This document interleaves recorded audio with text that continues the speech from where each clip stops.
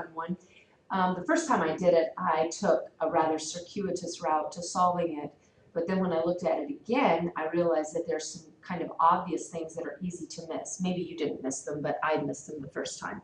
So what I want you to recognize, and I'm going to draw a little bit bigger sketch here, but I'm just going to draw the original pyramid before, maybe before it decayed and broke down and is being dug up. Okay, so we know this is a 45-degree angle. We know this is a 45-degree angle. What does that make the angle up at the top, people? I hope you can see very quickly that that means this is a 90-degree angle, okay? So we also know that this is 60 feet all the way across. So I'm going to recommend that we drop an altitude down. Now, because these are both 45-degree angles, that means this side and this side are congruent to one another by the isosceles triangle theorem. I'm going to go ahead and drop an altitude down here.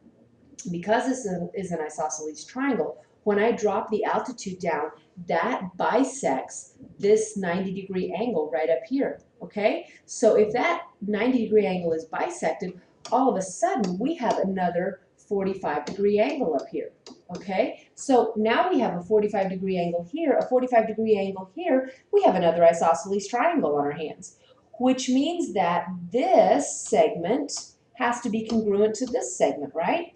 Well, this was an isosceles triangle to begin with, and when we dropped the altitude, that means that it bisected the base. So we knew that this side was 30.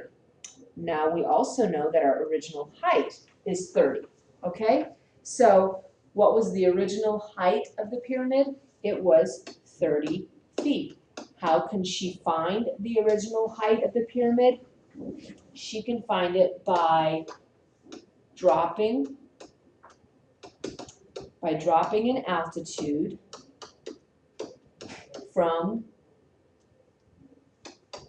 the vertex angle and recognizing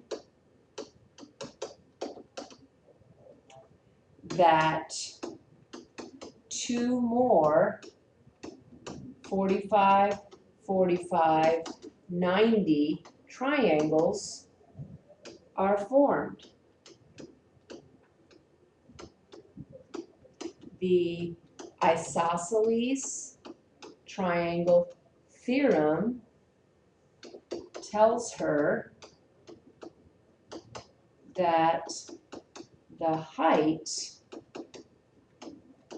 of the pyramid equals 30 feet. I hope that helps.